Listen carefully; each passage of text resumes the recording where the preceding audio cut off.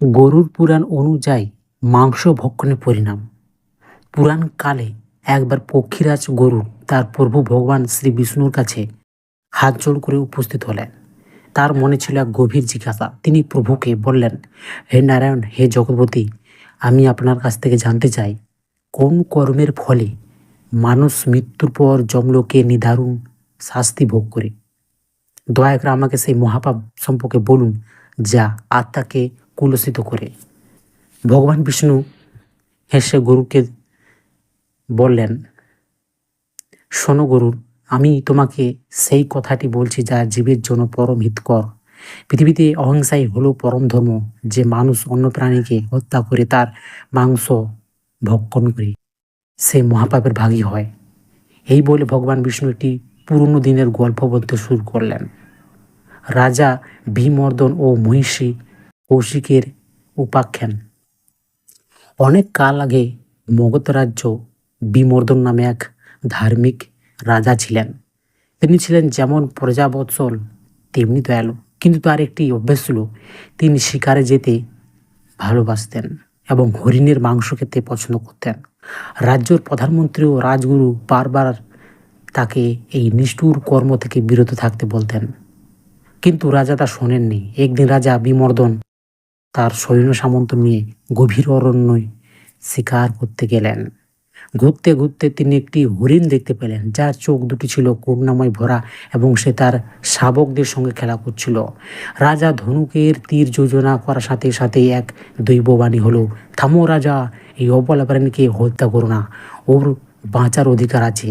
রাজা চমকে উঠলেন, কিন্তু অহংকারে বসে তিনি সেই দিব্যবাণী আগ্রহ করে তীর ছুঁড়লেন।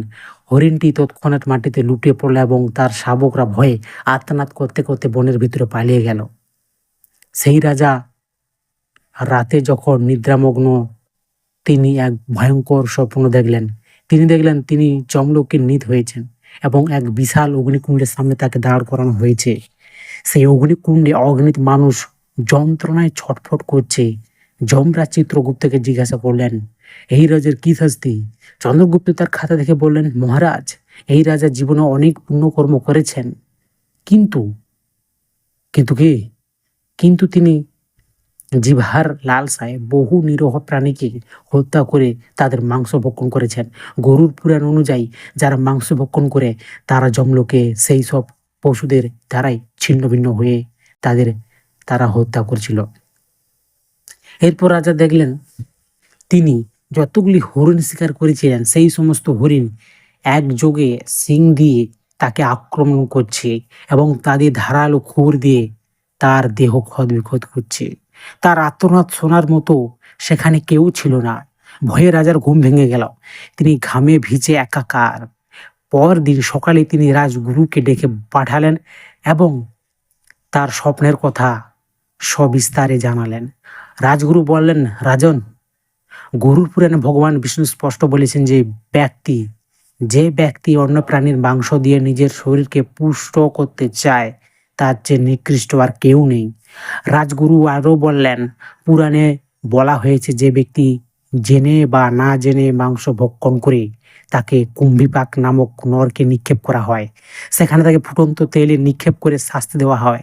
যে ব্যক্তি জীবিত প্রাণীকে হত্যা করে সে তত বছর নরকে বাস করে।